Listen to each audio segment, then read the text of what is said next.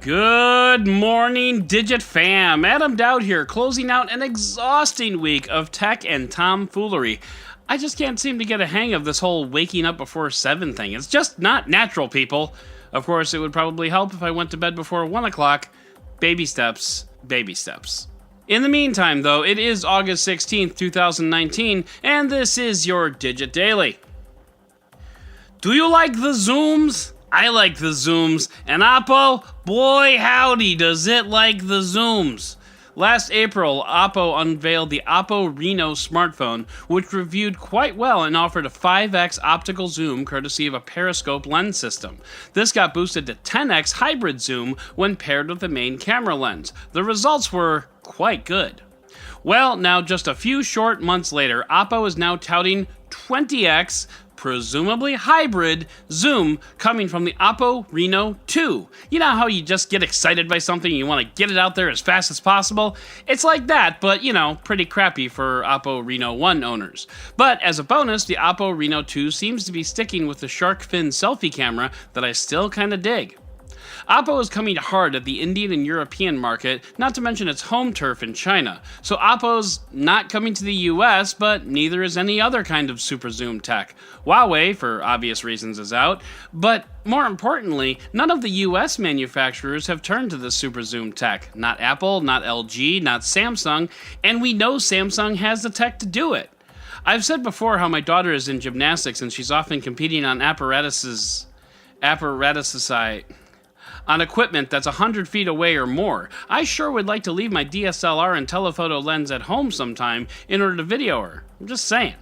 Maybe OnePlus can borrow the tech, or perhaps the Motorola One Zoom, which we talked about on the Android Authority podcast last night, can offer a solution. In the meantime, I'll just have to stick with my DSLR. And speaking of DSLRs, we talked to Edgar Cervantes, Android Authority's resident photographer, about the best DSLRs that you can buy for this week's DGiT Intelligence.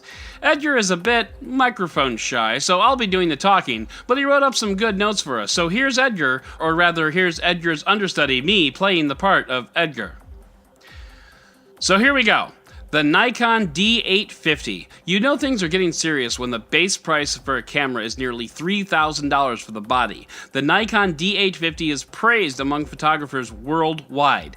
Its 45.7 megapixel full-frame sensor is great for low-light performance and has good dynamic range. The D850 can take photos at 7 FPS in continuous mode and has 153 focus points, features a tilting screen, and can record at 4K at 120 frames per second. Serious photographers really get what they pay for with this one. Number 2 is the Canon Rebel SL3. While Canon makes great cameras at a lower price, I believe the Canon EOS Rebel SL3 is worth the upgrade. Not only does it have great build quality, but it also matches some of the features that come with only expensive cameras, like a swiveling screen, 4K video recording, Wi-Fi, Bluetooth, and dual pixel autofocus. It's also super light and compact. The reason why it's affordable is that it has a 24.1 megapixel ASP-C sensor and has a 9-point autofocus system. $650 or so is your budget here. And finally, we have the Canon EOS 6D Mark II. The Canon EOS 6D Mark II is the company's most affordable full-frame DSLR camera. It goes for $1,299 or so on Amazon, and is for those who really want to take their photography to the next level. The 26.2 megapixel full-frame CMOS sensor is better at handling noise in low-light situations and producing better quality images. Well, thanks for that, Edgar. You're welcome, Adam. Hey, let's not make this weird, okay? Sorry. Knock it off! So with that, it's time for the roundup!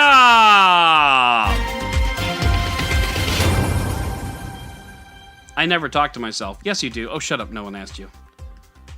Apple fans, your wait is almost complete. New rumors suggest that Apple's new iPhone will come on September 10th, so it's less than 1 month away. Other rumors suggest that we'll see an iPhone 11, iPhone 11 Pro, and iPhone 11 Pro Plus. So Apple is still having trouble in the naming department. I'm just saying, Apple, I'm available for consulting. Call me. Google Assistant now lets you assign reminders to other people, so not only can you keep yourself up to date, you can micromanage your family as well. You can tell Assistant to remind my son at 8:15 that it's time to leave for the bus, or remind my wife next time she's at the store to get milk, stuff like that. That's something I've personally been wanting for a long time now, since I use reminders for everything. Now I can make my family use reminders for everything too.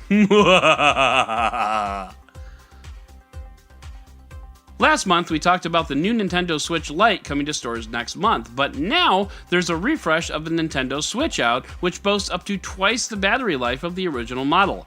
Tom's Guide pitted the new Switch against the old Switch in an admittedly not really scientific test, but found the results to be the same, roughly double the battery life. The new Switch costs the same as its predecessor, $299, but Tom's Guide was quick to point out that you can get around $200 credit at GameStop by turning in your old Switch and pick up a new one for $100.